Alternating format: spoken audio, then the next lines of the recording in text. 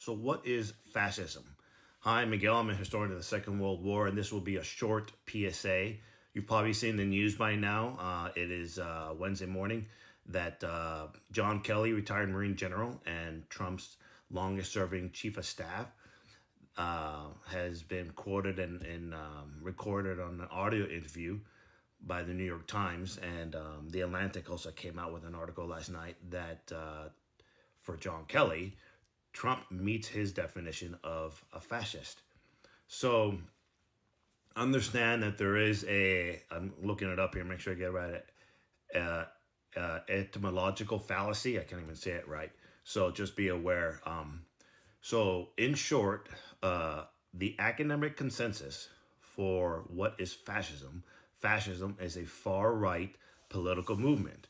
And that often deals with wanting to cleanse the state of the other, whether it's racial, ethnic, religious, cultural, right?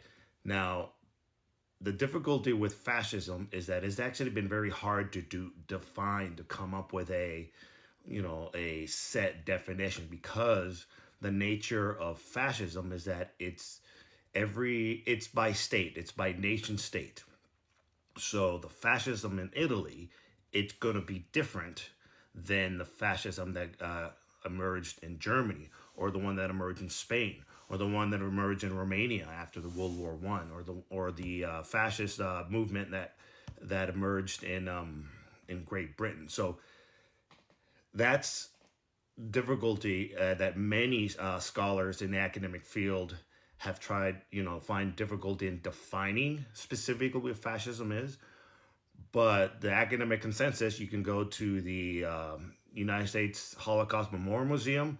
They're a recognized authority on Nazism and Holocaust, obviously. So they have their definition that fascism is a far right movement.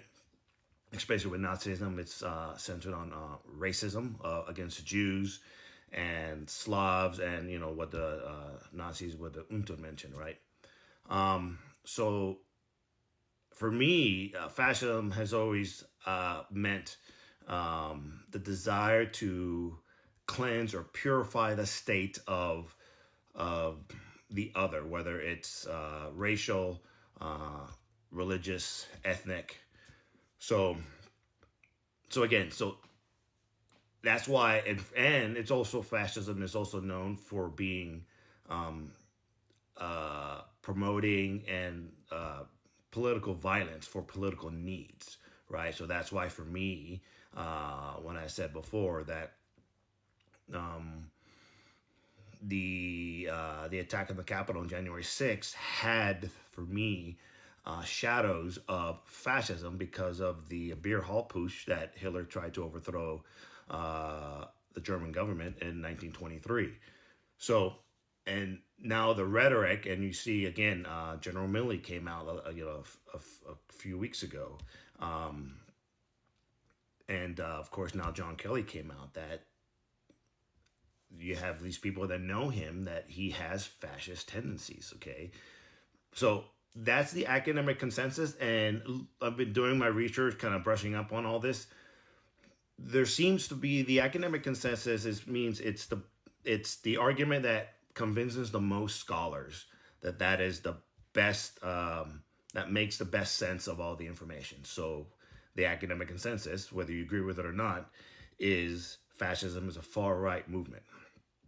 So now there has been a slight move of maybe defining fascism in the last 10 or 15 years.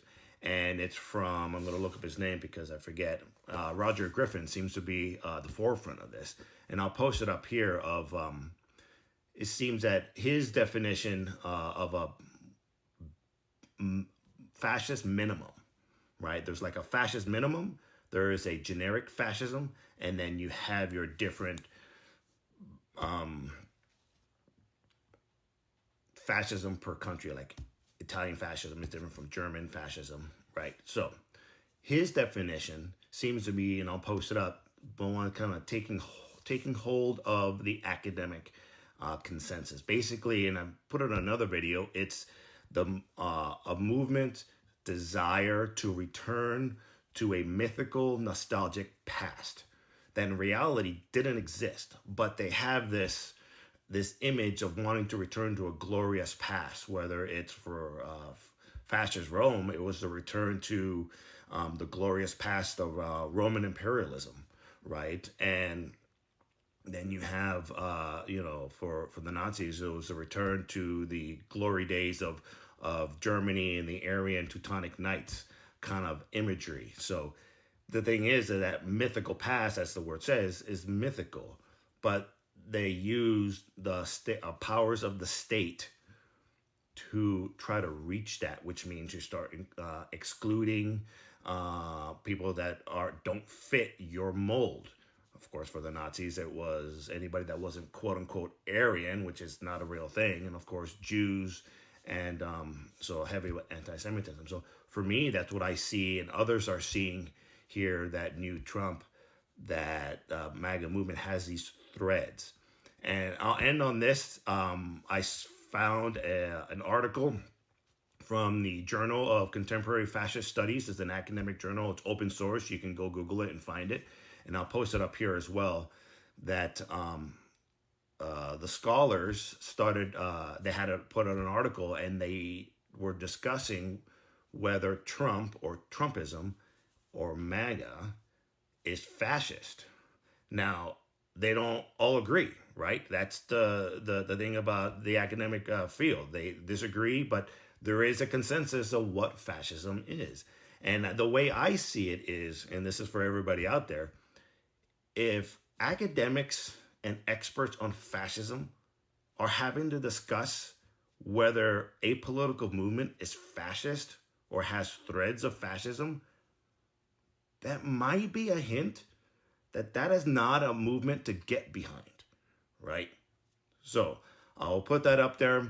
Again, everybody go out and vote. These are, my opinion. This is what I see is the danger of Trump and his movement, is that whether it's true full fascism, which I don't believe it is, but I see threads of fascism. Other scholars don't think it's fascism, but the alternative is, and Roger Griffin even says this, he doesn't believe Trump, the movement, is fascist, but he does say that MAGA is a far-right, authoritarian, illiberal movement. So kind of pick your poison there, right? So anyway, hopefully you guys learned a little bit, and hopefully I'll be able to get time to do more of this. We'll see you next time.